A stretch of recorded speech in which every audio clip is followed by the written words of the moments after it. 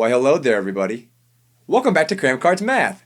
I'm Daniel. Why is this dolphin furry? Dolphins aren't furry. Valvo. Today we're going to be talking about something called absolute value. Let's jump in. Let's start by recalling the number line. Remember, the number line orders all the numbers by putting bigger numbers on the right and smaller numbers on the left. This also means that all positive numbers are right of 0 and all negative numbers are left of 0. Now let's look at two numbers, 3 and negative 3. They look pretty similar, except 3 is positive and negative 3 is, well, negative.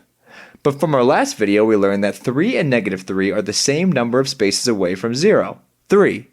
It's just positive 3 is 3 spaces away in the positive direction, and negative 3 is the same number of spaces away in the negative direction.